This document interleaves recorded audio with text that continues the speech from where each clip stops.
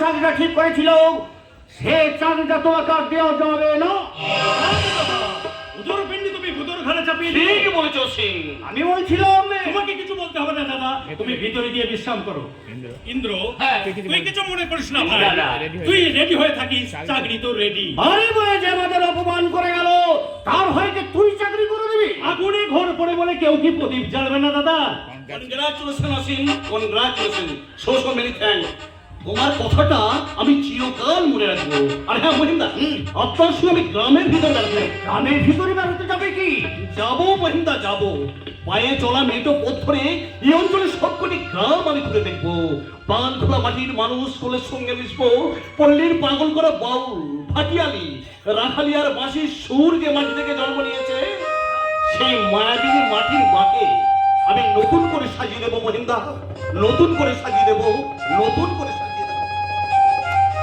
তোমার ছেলে দেখছি একদিনই কবি হয়ে গেল। তা হোক, তুমি কিন্তু সামনেকে কলকাতা যাবে দাদা।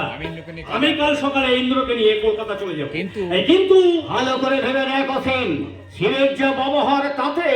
চুপ করো তো, আমি এখন অন্য চিন্তা করছি। ইন্দ্র। আচ্ছা ইন্দ্র, এই তুই যদি বাড়ি থেকে চলে যাস তাহলে সাবিত্রীর অবস্থাটা কি হবে একবার ভেবে দেখেছিস? কথাটা কিন্তু ভাববার মতো।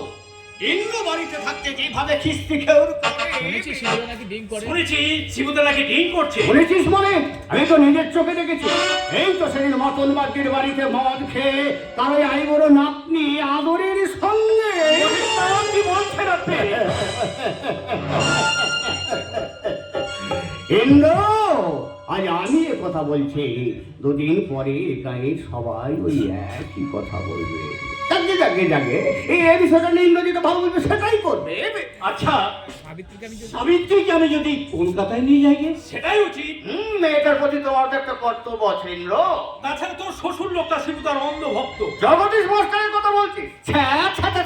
ওটা একটা মানুষ নাকি? সাবিত্রীকে মেয়েকে আমি কোথায় রাখবো? সেও ছোটখাটো একটা বাড়ি দেখে নিবি। ঠিক বলেছিস অসীম, সাবিত্রীকে এখানে রেখে যাওয়া ঠিক হবে না।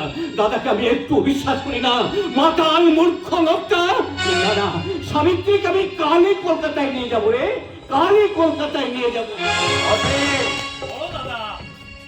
এক কাজ কর, চাকরিটা অন্য কাউকে পাইয়ে দিলে বেশ মোটা কিছু টাকা পাওয়া যাবে। কাজেই তুমি এত দেরিতে বুঝো কেন দাদা? টাকার চেয়ে আগে দরকার শিবুকে টাইট দিয়া।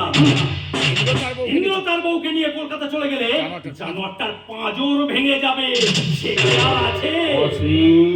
ইন্দ্রকে সে প্রাণ দিয়ে ভালোবাসে, আর ইন্দ্র স্ত্রীকে সে স্নেহ করে। মানুষের জীবন থেকে স্নেহ ভালোবাসা চলে গেলে থাকলো কি দাদা? জানোয়ারটা এবার নিজের আগুনে নিজেই পুড়ে মরবে। দাদা এত গভীর চিন্তা করতাম জানতাম না ভাই। হবেই তো তোমার কাছে শিখেছি দাদা। ঈশ্বর তোকে আরো বুদ্ধি দিন, ঈশ্বর তোকে আরো বুদ্ধি দিন। এইবার আমি দেখবো শয়তানের সেবো মানুষটাকে। সবার সামনে এই প্রেসিডেন্ট মহিম গাঙ্গুলিকে ছোট করতে চাও, মিশিয়ে দেবো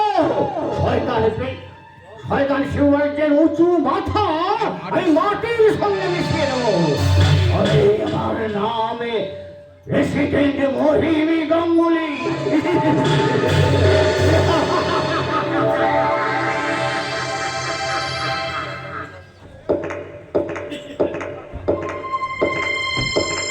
জগদীশ মাস্টারের মেয়ে সাবিত্রী।